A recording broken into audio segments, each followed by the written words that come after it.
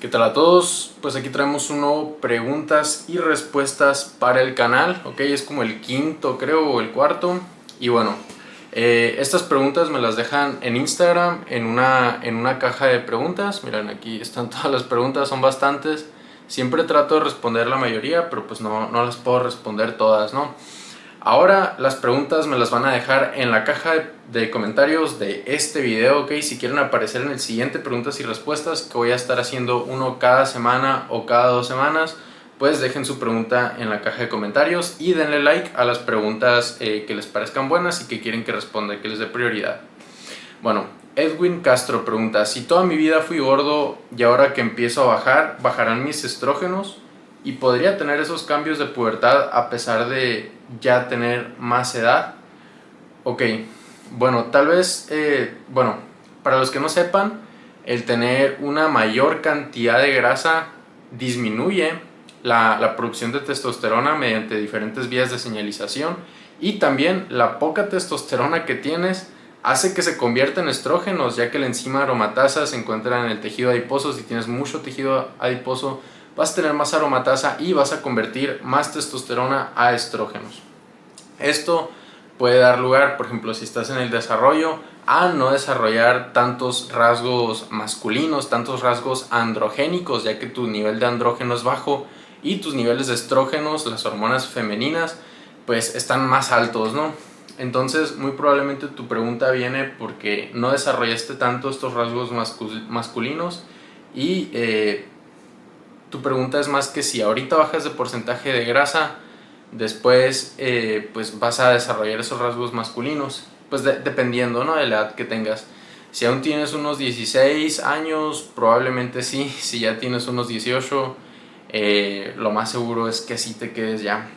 Pero igualmente, de todas maneras, sí, tu cuerpo sigue cambiando durante todo este tiempo, así que probablemente no te cambie la cara, no te cambien algunas cosas que te gustarían, pero sí vas a ver cambios y siempre va a ser mejor bajar tu porcentaje de grasa si es que tienes un porcentaje de grasa alto. Y pues tus niveles de testosterona van a ser más altos y de estrógenos más bajos. Alescense pregunta: ¿una frecuencia más alta quema más calorías? Y si es así, ¿el estar bajo presión quemaría más? Estar bajo presión,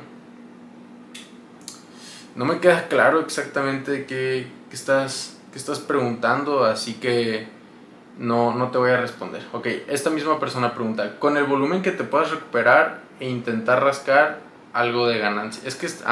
En un déficit agresivo, ¿ves más conveniente bajar el volumen para solo mantener el músculo o seguir con el volumen que te puedas recuperar e intentar rascar algo de ganancia?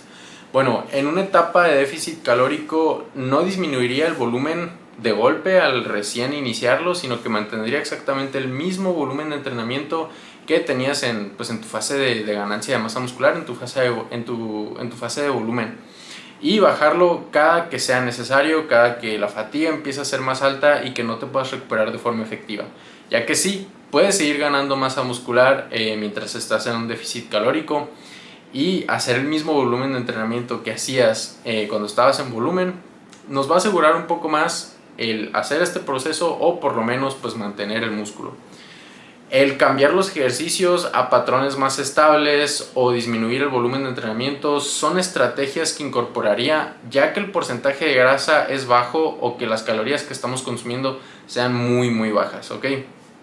Por debajo de 2100 calorías, por debajo de 1900 calorías, ya veo imprescindible pues el ajustar el volumen de entrenamiento y probablemente también la selección de ejercicios, aunque realmente una buena programación de hipertrofia ya tiene ejercicios estables y no es necesario cambiarlos, ¿no? O sea, no vas a tener, por ejemplo, una sentadilla libre, ¿no? O sea, en una buena programación de hipertrofia, ese es un ejercicio que probablemente no esté en ninguna fase del año. Bueno, Josué Navas pregunta: ¿caminar 35 minutos para llegar al gym afecta mi entrenamiento? Mira, no quiero ser alarmista, no quiero ser como que todo te afecta, pero sí, realmente caminar 35 minutos es fatigante, más si estás en un lugar que hace calor. vas a llegar hasta deshidratado al gimnasio y tu rendimiento va a ser peor. Es básicamente hacer una sesión de cardio antes de tu sesión de pesas. Entonces yo trataría de evitarlo, trataría de tomar algún autobús, trataría de pagar un transporte. Es que un autobús sería lo que yo haría, la verdad. Y de todas maneras vas a llegar fatigado. Entonces, pues sí afecta y trataría de evitarlo lo máximo posible. Alex, ¿cómo sacarle el máximo provecho posible a todo? Ok, y luego yo no entendí la pregunta y le pregunté por privado que sé a qué se refería. Y es como de que cómo optimizar la nutrición, cómo optimizar el entrenamiento. Y pues es una pregunta muy amplia, ¿no? Entonces, pues básicamente vete todos mis videos. O sea, he hecho videos de reparto de macros, he tocado un poco acerca del timing de nutrientes, aunque no mucho.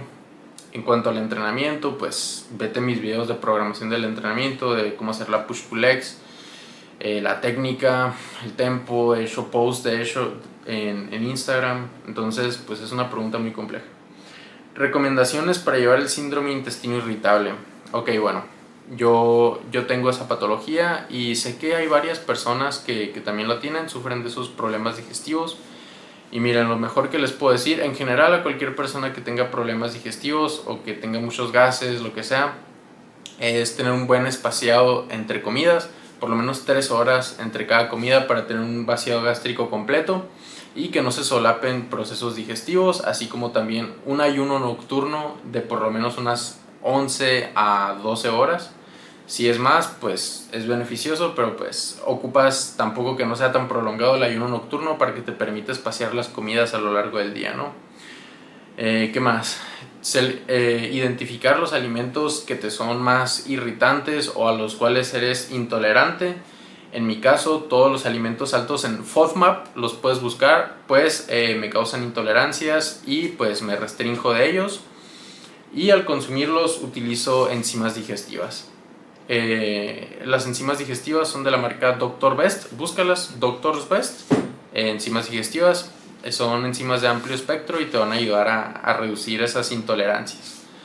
Fuera de ahí, pues la gestión emocional y etapas de déficit calórico también ayudan bastante a mejorar la salud intestinal. Si tomo proteína ISO, ¿no me saldrán granos? Pues habría que ver por qué la proteína te causa granos. Puede ser porque te da problemas digestivos, tantos edulcorantes, por ejemplo, te causan problemas digestivos y eso te provoca el acné. O la lactosa, por ejemplo, eres intolerante a la lactosa y eso te causa el acné. O en general, un consumo alto de proteínas y de calorías en general es lo que te está causando pues los granos. En caso de que sean las calorías, una proteína ISO no va a hacer la diferencia porque al final vas a consumir las mismas calorías y la misma proteína si llevas una dieta. Entonces, por ahí no va a ser. Ahora, si es la lactosa o si son los edulcorantes, pues los edulcorantes también los va a tener la ISO, así que no te va a hacer ninguna diferencia. Y si es la lactosa, pues probablemente sí. Entonces, conclusión, muy probablemente no haga la diferencia cambiar la proteína ISO. Y en general, una proteína en polvo no tiene por qué sacarte granos. Es más que nada tu dieta en general. ¿Varías mucho los ejercicios con cada asesorado? Pues varía dependiendo del material que tienen disponible cada uno en su gimnasio. Pero los ejercicios básicos son los ejercicios básicos, o sea, la mayoría de mis asesorados hacen una prensa, por ejemplo, ¿no? La mayoría de mis asesorados hacen un patrón de sentadilla como una sentadilla hack o una sentadilla en Smith y algunos sentadilla péndulo, los que lo tienen en su gimnasio. La mayoría de mis asesorados hacen press inclinado, ya sea con barra o con mancuernas. La mayoría de mis asesorados hacen press de hombro, ya sea en máquina o con mancuerna. Porque son los ejercicios básicos, son los ejercicios que funcionan. O sea, tampoco es como que haya tantos ejercicios, no porque bro, es que tú eres alto, entonces tú no vas a hacer la sentadilla poniéndote la barra aquí, tú te vas a poner la barra en la cabeza. No funciona así. Entonces, pues varían dependiendo de sus necesidades, dependiendo de lo que queramos priorizar, el material que tengan disponible y cómo es la mejor acomodo para ellos y en base a ello elegir los mejores ejercicios. pero no hay ejercicios exóticos. Bro, ¿qué opinas de dar 10.000 pasos en DeFi? ¿No es mucho? No es para nada mucho. El número óptimo que se ha visto en los últimos estudios es alrededor de los 8.000 pasos, 8.800 creo, no recuerdo el número exacto, y se ve que hasta ahí pues obtenemos los mayores beneficios sin tanta fatiga. El número anterior eran 10.000 pasos, no eran 8.800, entonces 10.000 pasos está en muy buen número, incluso para una persona que está en volumen, con eso te digo todo. Culturistas naturales en preparaciones para competir hacen incluso 15.000 o 20.000 pasos, así que créeme que con 10.000 no te estás pasando. Mendiola, ¿es cierto que es malo, entre comillas, consumir carbos en la noche? No es para nada malo. Hace poco subí un reel, tanto a TikTok como a Instagram, de que nuestra sensibilidad a la insulina es menor por las mañanas y por lo tanto considero mejor consumir unos carbohidratos moderados y que sean de bajo índice glucémico a esa hora, e introducir la mayoría de nuestros carbohidratos cuando somos más sensibles a ellos y nuestro cuerpo los va a aceptar de una mejor manera. Sin embargo, en la noche pues no veo ningún motivo por lo cual no podrías introducir carbohidratos. Realmente tu cuerpo es bastante sensible a ellos e incluso pues te podrían ayudar a conciliar mejor el sueño. Así que guíate más que nada por las calorías totales en el día. Y lo del desayuno, pues sí, o sea, ese pico de cortisol matutino que tenemos va a generar una resistencia periférica a la insulina y también va a elevar nuestros niveles de glucosa en sangre, haciendo que al consumir carbohidratos por las mañanas pues nuestros picos sean un poco más elevados y se mantengan de manera más prolongada en el tiempo, por lo cual tratamos de reducir un poco los carbohidratos, tratar de no pasar de unos 80 gramos de carbohidratos, o sea, tampoco es de que 20 gramos de carbohidratos, no, o sea, puedes consumir una buena cantidad de carbohidrato y tratar de que este sea de bajo índice glucémico. Por fuera de ahí no hay restricciones. Si mejoro mucho en cargas en frecuencia 1, ¿es mejor que en frecuencia 2? Pues si mejoras mucho con frecuencia 1 y mejoras al mismo ritmo con frecuencia 2, pues en general estás mejorando lo mismo, ¿no? Pero que estés mejorando mucho en frecuencia 1 no significa que no vas a mejorar más con una frecuencia 2, así que yo le daría una oportunidad. Tenemos mucha evidencia que apunta que una mayor frecuencia pues nos va a ayudar a tener más ganancias, no solo por el hecho de que sea así y ya, y porque un estudio lo dijo ya, sino que podemos acumular más volumen de entrenamiento con una mayor calidad si repartimos ese volumen de entrenamiento en 2 sesiones, ya que sabemos que cada set que vamos haciendo en la misma sesión pues va perdiendo efectividad, se podría decir que te da cada vez menos estímulo. Entonces, entre más frecuencia tenemos más primeros sets que son lo más estimulantes posibles. Entonces, de hecho, tenemos un estudio que creo que son 3 series, 3 series frecuencia 1, pues la persona pierde ganancias, pero 3 series en frecuencia 3, la persona mejora. Entonces, la frecuencia sí es importante y trataría de aumentarla lo máximo posible, a menos que tengas una restricción de que puedas entrenar muy pocos días a la semana o algo por el estilo. Kev pregunta, ¿me podrías explicar, bueno, Kevin supongo que se llama, ¿no? ¿Me podrías explicar en el cómo realizas el press plano que tú haces e inclinación del banco? Ok, esta pregunta creo que viene a raíz de una historia que subí, que es un press ligeramente inclinado, como a 20 grados de inclinación, realmente es muy poco, solo lo subí un puntito el asiento. Y puse, este es como un press plano mejorado, entre comillas, ¿no? Porque realmente no es un press plano, es un press ligeramente inclinado. Pero a lo que me refiero con press plano mejorado es que a diferencia de un press plano vamos a poder poner nuestros hombros en una posición más segura y también las fibras superiores del pectoral van a estar un poco mejor alineadas con la carga. Entonces es un ejercicio en el cual vamos a estimular todo el pectoral en general, al igual que en un press plano, pero a diferencia de que tenemos una mejor seguridad en nuestros hombros y que todas las fibras van a tener una mejor alineación al posicionar mejor a nuestra caja torácica. Entonces sigue siendo un press ligeramente inclinado, no es un press plano, pero lo prefiero sobre un press plano, ¿no? debido a todos los beneficios que comenté. Me parece un ejercicio más interesante. César, top 3 ejercicios para dorsales, bro. Esto va a depender del material que tengas. Si me preguntas a mí, mis gustos personales, cuáles son mis ejercicios favoritos para dorsal, te diría que un jalón unilateral en máquina en el plano sagital que no me fuerce a tener demasiados grados de flexión del húmero, sino que me quedo dentro del rango activo del dorsal. Ese ejercicio es más difícil en el acortamiento, entonces siempre inicio con él en caso de que lo meta en la rutina. Y también me gusta un jalón ligeramente abierto en polea, ¿okay? Con el cual pues voy a trabajar en el plano sagital, pero también en el plano frontal. Añadimos un poco más de variedad y también vamos a dar un poco más de trabajo en estiramiento del dorsal. Y un remo unilateral, ya sea en máquina o en polea, para trabajar también un poco más las fibras más superiores del dorsal. ¿Se puede mezclar preentreno con crema de arroz? Bueno, el preentreno es cafeína. Realmente la cafeína la puedes mezclar pues, con lo que sea. Otra cosa es que te cause problemas digestivos después. Hay gente que es especialmente sensible, pero si no te causa problemas digestivos lo puedes mezclar. Ahora, el preentreno normalmente se toma unos 20 minutos antes de tu sesión de pesas, si es que quieres que realmente te haga efecto o no la cafeína. Sin embargo, la crema de arroz, si te comes una crema de arroz con proteína, no esperaría 20 minutos, esperaría bastante más.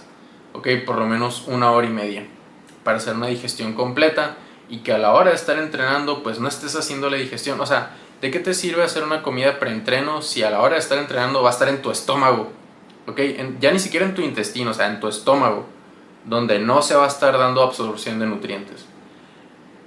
Y aquí hay otra cosa, los procesos de digestión, de relajación del sistema nervioso parasimpático son totalmente opuestos a los procesos simpáticos del sistema nervioso, como son la lucha y huida, que es básicamente lo que haces cuando entrenas.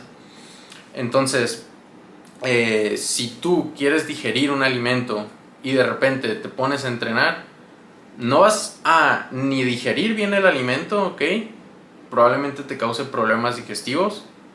No lo vas a aprovechar en tu sesión de entrenamiento, entonces sería casi que mejor ir sin comer a comer justo antes de ir al gimnasio.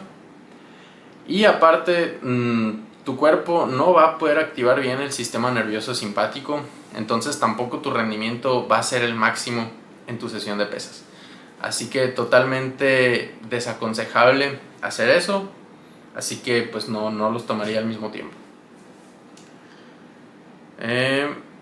Y Manol pregunta, ¿qué tan necesario es la postura del húmero cuando se hace un jalón con protracción y retracción de la escápula? Ok, ¿qué tantos grados de abducción del húmero tenemos que tener? Bueno, no es tan importante que tengas que forzar el tener ciertos grados de flexión del húmero, sino que al centrarte ya sea en un remo o un jalón en el cual quieras protraer y retraer la escápula para estimular el trapecio, aquí lo más importante va a ser que te centres en protraer y retraer la escápula y ya está, ¿ok? Y los grados de abducción del húmero se van a hacer solos al tú mismo intentar retraer la escápula. Entonces te podría decir que los grados de abducción del húmero que te permitan estar cómodo y retraer por completo la escápula. No es tan relevante si lo tienes un poquito más pegado o un poquito más despegado del cuerpo, sino que lo más importante es que puedas protraer y retraer bien la escápula, ¿ok? Así que fíjate más en eso. Kraidev pregunta, ¿es relevante el consumo de vape en la ganancia muscular? En la ganancia muscular? Pues cualquier tipo de droga va a interferir, aunque el vape pues no es tan nocivo, la verdad. De hecho, la mayoría, muchos culturistas en preparación vapean, lamentablemente. ¿Crees que la dieta vegana es la mejor opción? Pregunta esta misma persona. No, para nada. ¿Por qué sería mejor opción? O sea, literalmente la dieta vegana te limita un montón de alimentos, te va a limitar de fuentes de proteína de alta calidad, te vas a tener que limitar a proteínas incompletas, Y aunque puedes mezclar diferentes tipos, como por ejemplo mezclar legumbres con granos, pues ya obtienes un aminograma completo, pero aún así no va a ser de alta calidad la proteína. Partiendo de ese punto, ¿no? Además de que el volumen va a tener que ser mucho mayor, mucha gente no va a tolerar tanta cantidad de fibra, entonces no le veo ningún sentido, la verdad. Las verduras tienen que ser incluidas, por supuesto que sí, pero pues en su justa medida. Tienes que incluir cada cosa en la cantidad y en el momento que te conviene. No hay que ser tan extremistas. Split enfocada en piernas. Bueno, el split que suelo utilizar en gente que quiere priorizar muchísimo la pierna, o en mujeres que pues quieren priorizar la pierna, obviamente, es la legs torso, descanso, legs push pull, descanso. Ya está. Entrenamos la pierna después del día de descanso. Tenemos frecuencia 2. La bisagra de cadera la haría en el segundo día de pierna, ¿ok? Ya que de esa manera no va a estar pegado al día de espalda y vamos a evitar interferencias. Y también pues es la que tiene más días de recuperación, y el isquio, cuando hacemos bisagras de cadera, pues va a recibir muchísimo daño muscular y es mejor posicionarlo en ese día. Hay muchas splits, ahorita te estoy dando un ejemplo. En mi video de la push pull legs, cómo hacerla correctamente, di muchos ejemplos de splits. Te recomiendo que lo veas. ¿Realmente sirve hacer top sets y back of set? No, o sea, puedes alcanzar exactamente el mismo estímulo variando el rango de repeticiones o no variándolo. Da exactamente igual de cara al estímulo de hipertrofia. Ahora, hay algunos ejercicios como por ejemplo bisagras de cadera, algunos ejercicios que son un poco más peligrosos, que tienen un poco más de riesgo de lesión, como también podría ser por ejemplo una sentadilla hack para algunas personas, una sentadilla libre, o incluso un press para el pectoral en gente que mueve muchos kilos. Entonces, el trabajar estos ejercicios en rangos de repeticiones bajos va a suponer un estrés grande para las articulaciones y para los tendones. Entonces, en este tipo de personas y en este tipo de ejercicios, sí se aconseja que si te vas a mover en ese rango de repeticiones, sea solo una serie, y que tu segunda serie sea en un rango de repeticiones un poco más seguro, un poquito más alto. No tienes que subirte entre 10 a 15 tampoco, no es necesario. Para pues sobre todo cuidar su salud articular y la salud de sus tendones, ¿no? Evitar lesiones básicamente. Pero si no mueves cargas muy altas o no son ejercicios que te comprometan, entonces puedes trabajarlos perfectamente ambas series entre 5 y 8, por ejemplo, o ambas series entre 7 y 10. O sea, no hay ningún problema, no tienes que variar a huevo el rango de repeticiones. ¿Consideras los straps indispensables para entrenar espaldas o bisagras de cadera? Sí, los veo totalmente indispensables. Hago todos mis ejercicios con straps. Los necesite o no, utilizo straps, ¿ok? Al final, tú cuando quieres trabajar espalda, pues no te interesa trabajar el antebrazo, ¿sabes? Quieres trabajar la espalda. Ya después, si quieres trabajar el antebrazo, hay ejercicios analíticos para el antebrazo, o en los propios ejercicios de bíceps va a trabajar bastante. De hecho, en los propios ejercicios de espalda, aunque utilices straps, va a trabajar el antebrazo de todos modos, e incluso pues yo siento un gran bombeo a pesar de utilizar straps. Así que sí los veo indispensables de cara pues a que no te limite el rendimiento de espalda el agarre. No tiene ningún sentido. Si los huevos los hago cocidos, ¿cambia algo en la grasa que aporta o es igual? Ok, pues mira, si tú le echas aceite al sartén, entonces esa grasa del aceite pues va a aumentar, ¿no? En general la grasa que tenga pues la comida. Entonces al hacerlo cocido pues ya no estás utilizando aceite. Así que sí, pues habría menos grasa en esa comida, pero no por el hecho de que cambie la composición del huevo, sino que simplemente ya no estás añadiendo esa grasa extra del aceite. No veo necesario cocer los huevos, los puedes hacer perfectamente en el sartén. Y lo que yo hago es utilizar el aceite con un rociador. Compré un rociador en Amazon y pues le eché el aceite y ya lo rocío. De esa manera no se me pega, pero la cantidad de aceite que utilizo es mucho menor. utilizo entre 1 y 2 gramos de aceite nada más, o sea, prácticamente nada, son entre 9 y 18 calorías solamente.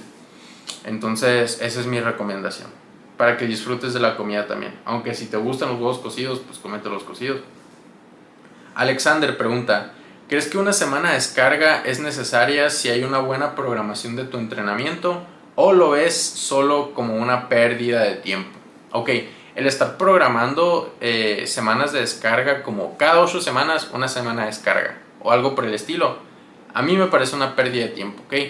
Pero, sin embargo, una semana de descarga sí me parece una herramienta muy útil cuando la necesitamos, ok. Yo recomiendo hacer la semana de descarga solo cuando la necesitas. Y cuando la necesitas, cuando la fatiga acumulada que vas pues acumulando sesión a sesión, semana a semana, llega a ser tan alta que nos empieza a dar síntomas de sobreentrenamiento, síntomas de una fatiga acumulada muy alta, un cansancio muy alto, nuestra explosividad en los ejercicios ya no es la misma, incluso podemos presentar estancamientos y en casos más extremos perder repeticiones de una sesión a otra. En esos casos veo muy conveniente hacer la semana de descarga. ¿Es normal llegar a ese punto? Si llegas a ese punto, ¿significa que estás entrenando mal? No, no necesariamente. Si llegas a ese punto cada 12 semanas, por ejemplo, cada 16 semanas, es totalmente normal. ¿Ok? Al final, si entrenas duro y entrenas al máximo tus capacidades, eventualmente vas a acumular algo de fatiga, no hay ningún problema. Haz una pequeña semana de descarga.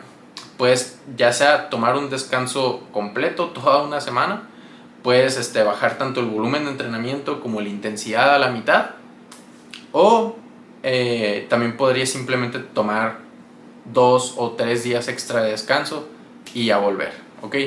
Entonces hay muchas maneras de hacerlo. ¿Cuál es la manera ideal para ti?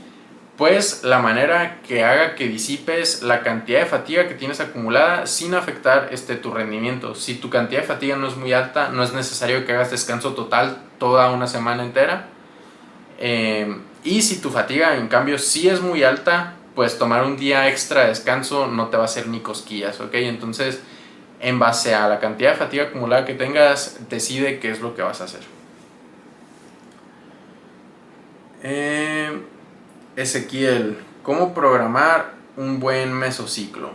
Ok, bueno, esto de los mesociclos realmente lo usamos todos, pero cuando se popularizó mucho son algunas corrientes de culturismo natural y también hay otras corrientes de habla inglesa como Jeff Nippard o los de Mike Israetel, por ejemplo, que abogaban por un muy alto volumen de entrenamiento e ir variando la intensidad. Iniciaban de que en su primer semana con RIR 4, luego RIR 3, RIR 2, RIR 1 y luego una semana de descarga. O mantenían estable el RIR e iban subiendo el volumen de entrenamiento cada semana, o subían tanto el volumen de entrenamiento como la intensidad semana a semana y después una semana de descarga y vuelven a empezar, ¿no? Esa es la manera en la que trabajaban los mesociclos y al parecer la gente que se empieza a informar un poco de los mesociclos y así piensa que esa es la manera correcta y dicen, oh, lo he estado haciendo mal todo este tiempo, tengo que empezar a hacer eso. Realmente no. Yo lo considero peor. Yo prefiero mantener las variables estables, tanto volumen de entrenamiento como intensidad estables de semana a semana, y la sobrecarga progresiva que se dé básicamente por el propio aumento en las cargas o en las repeticiones que saquemos semana a semana debido a nuestro incremento en la fuerza, ¿no? Esa es la mejor manera que veo, y mantener todo estable me parece pues lo mejor. De hecho, prácticamente nadie hace eso ya de variar el volumen de entrenamiento, solo algunos coaches que acaban de recibir su certificación y acaban de tomar el curso y piensan que esa es pues la gallina de los huevos de oro, ¿no? Pero realmente cuando lo llevas a la práctica por un tiempo prolongado y lo comparas con mantener estable todo, es mucho mejor mantener estable todo. De hecho, los cursos o las universidades realmente prestigiosas, como puede ser el J3 University, por ejemplo, no aconsejan esto de ir variando el volumen entre microciclos en un mesociclo. Así que espero haber aclarado tu pregunta. ¿Qué tan importante es el split? Pregunta, bueno, es inleíble su nombre, así que ¿qué tan importante es de split? ¿Puedes rotar frecuencia a músculos semana a semana? Bueno, como respondí en la pregunta anterior, no estaría cambiando el split o en este caso la frecuencia, que es lo mismo, de semana a semana. ¿Ok? Lo mantendría estable. Mantén un split y una frecuencia para los grupos musculares, una programación estable, semana a semana, ¿ok? Manténlo durante varias semanas, por lo menos unas 8 semanas. Y en base a ello, tú ya sabrás, oye, bueno, pues ya me crecieron los hombros, por ejemplo, ¿no? Bueno, ahora le voy a reducir la frecuencia de los hombros y se la voy a aumentar al tríceps, ¿no? Un ejemplo. Pero no lo estaría cambiando semana a semana. ¿Ok? Y tampoco cada 8 semanas, o sea, mantendría un mismo enfoque por bastante más tiempo. Ya se me perdió dónde estaba. Aquí está. Y el split, ¿qué tan importante es? Pues es importante tener un split buena, ¿ok? O sea, tampoco es como que es que este split te va a hacer que progreses mucho más o va a disparar tu progreso, ¿no? El split es simplemente una variable más. Una variable que tiene que estar ajustada a lo que tú quieres conseguir, ¿ok? El split te tiene que permitir que te recuperes entre sesión a sesión y que no se solape la fatiga entre grupos musculares, ¿ok? O sea, por ejemplo, tratar de evitar el tener las sesiones de pierna y las sesiones de espalda juntas, o en el caso de que estén juntas, pues que la sesión de espalda no tenga carga lumbar o que la sesión de pierna no tenga carga lumbar, para evitar ese solapamiento de la fatiga. Un error muy común, por ejemplo, es hacer un remo con barra y al día siguiente querer hacer una sentadilla, o peor aún, una bisagra de cadera, pues te vas a estancar. Entonces es principalmente eso, que tenga una frecuencia de entrenamiento de por lo menos una frecuencia 2. De hecho tampoco haría una frecuencia 3, ahorita se está poniendo mucho de moda, tal vez después hable de ello.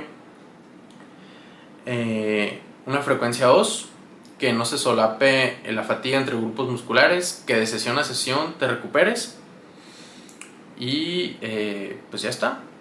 Es que tampoco es tan complejo. Tengo el video de la Push-Pull-Legs que hice de cómo programarla. Es viejito, tiene casi un año yo creo. Pero pues ahí te pongo muchos ejemplos de splits de las que yo considero que son las mejores splits y que cumplen todos los requisitos que te dije. Igual, viendo el video también puedes aprender a formular tu propio split.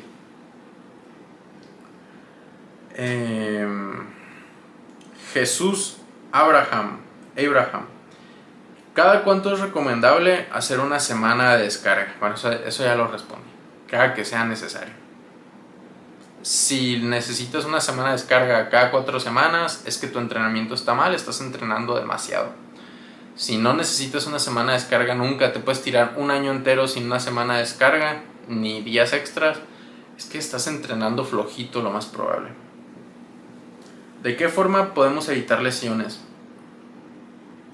Con una buena técnica. No hay más. Exceder tu volumen de entrenamiento también te puede conducir a lesiones, pero la propia fatiga que te produce el estar haciendo demasiado volumen de entrenamiento va a ser como un freno natural a que te lesiones.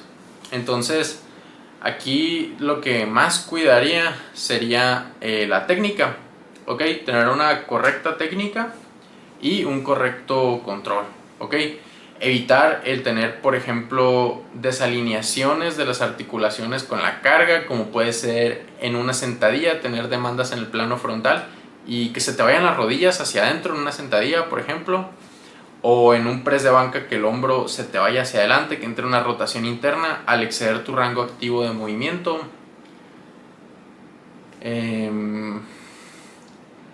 El redondear la espalda en una sentadilla en la parte de abajo por exceder tu rango activo, o redondearla en una bisagra de cadera. Ese tipo de cosas que son obvias, evitarlas, y además pues hacer una excéntrica controlada y hacer una pausa en el estiramiento, ¿ok? Cuando tienes el músculo estirado, controlar los cambios de dirección. Eso va a ser lo principal que va a hacer que no te lesiones. De hecho, pues simplemente ve la manera en la que yo entreno, buena técnica, control impoluto, y pues no tengo ningún tipo de lesión, aunque haga series a 4 repeticiones en algunos ejercicios o suba los pesos de golpe. Realmente no tengo ningún tipo de molestia ni la voy a tener, yo sé, por eso mismo, porque siempre priorizo el control y priorizo la técnica. No importa que me ponga un 1 RM, yo nunca voy a desvirtuar la técnica en un ejercicio. Y eso hace que yo nunca tenga molestias. Y de hecho no es porque yo tenga esa genética, ¿no? Porque yo en mis primeros años me lesionaba muchísimo, tenía un montón de molestias de hombro, de espalda baja, y realmente de esa manera fue como se solucionó. Ninguna sesión de fisio, ningún ejercicio de movilidad te va a ayudar a que no tengas molestias si al final, después de ir a esa sesión de fisio o después de hacer ese ejercicio de movilidad, vas a hacer una mala técnica. O sea, simplemente deja de hacer lo que te lastima y ya no te vas a lastimar. No ocupas estar haciendo constantemente cosas para curarte. Mejor no te lastimes y ya. Baterista pregunta: después de acabar el déficit, ¿recomiendas hacer una semana de descarga preinicio de volumen? Bueno, esto depende. Si la fatiga acumulada es muy alta, como puede ser, por ejemplo, una definición que hiciste para una competencia con unas calorías muy bajas, un porcentaje de grasa muy bajo y mucho cardio, y estás totalmente fatigado, tus entrenamientos no son para nada buenos, probablemente sí haría una descarga, ¿ok? Acompañado de un incremento de las calorías. Pero si hiciste simplemente una definición a un 10% de grasa, un 12% de grasa, no lo haría. A pesar de que te sientas un poco cansado al acabar la definición, esa fatiga se va a disipar conforme empieces a subir también las calorías. Así que no te preocupes, no es necesario hacer una descarga en la mayoría de los casos. Ve tú si la necesitas o no. Es que no se trata de cosas blancas o negros o esto es obligatorio hacer en esta etapa, sino que se trata de qué es lo que tú necesitas.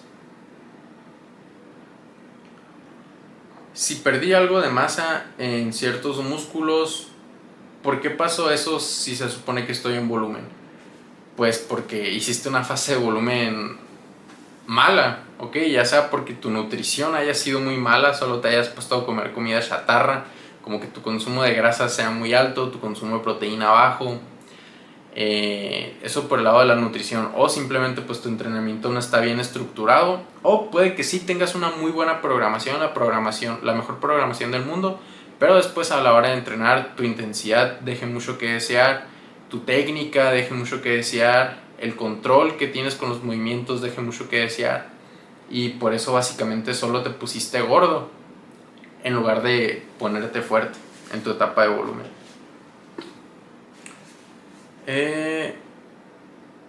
¿Cómo saber el perfil de resistencia que tiene un ejercicio? ¿Qué debo aprender para identificarlos? Pues lo que tienes que hacer es aprender de biomecánica y trazar los brazos de momentos que tiene el ejercicio en cada parte del rango de recorrido, y cuando el brazo de momento sea el mayor en la articulación, ese es el punto donde te ofrece una mayor resistencia.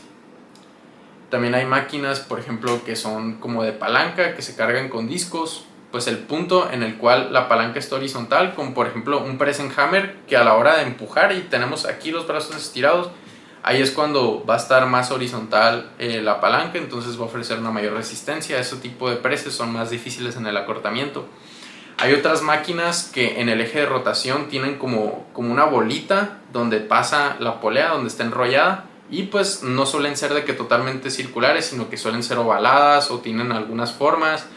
Bueno, pues en el punto donde la polea pase más lejos del eje de rotación es donde se está ofreciendo una mayor resistencia. Entonces realmente es muy complejo. Ocuparía hacértelo muchas ilustraciones, un video de por lo menos 30 minutos, por lo menos. Es un tema muy complejo, la verdad, y cuesta dinero. Entonces compra algún curso de biomecánica, uno bueno. Faltar al gym si tengo dolor o molestias en una articulación, ¿es bueno o qué hago? Pues depende. Si es en la articulación que vas a entrenar, o sea, si vas a entrenar pecho y te duele el hombro, pues sí me pensaría tal vez el posponer esa sesión para más adelante, ¿no? Ahora, hay veces que aunque tengas una ligera molestia puedes entrenar, entonces evalúa el nivel de dolor que tienes y evalúa si puedes entrenar o no. Puede que sí, puede que no, ¿ok? Se me está acabando la batería, así que voy a tener que cortar. Ok, volvemos. A ver, Mati Jim pregunta: perdí mucho peso corporal por estar enfermo, pero mantuve la fuerza, hasta progresé incluso. ¿Eso significa que no perdí músculo aunque haya bajado mucho de peso por estar enfermo? Sí, lo más probable es que no hayas perdido músculo. Lo más probable es que seas muy principiante y por eso te haya pasado. Así que no te preocupes.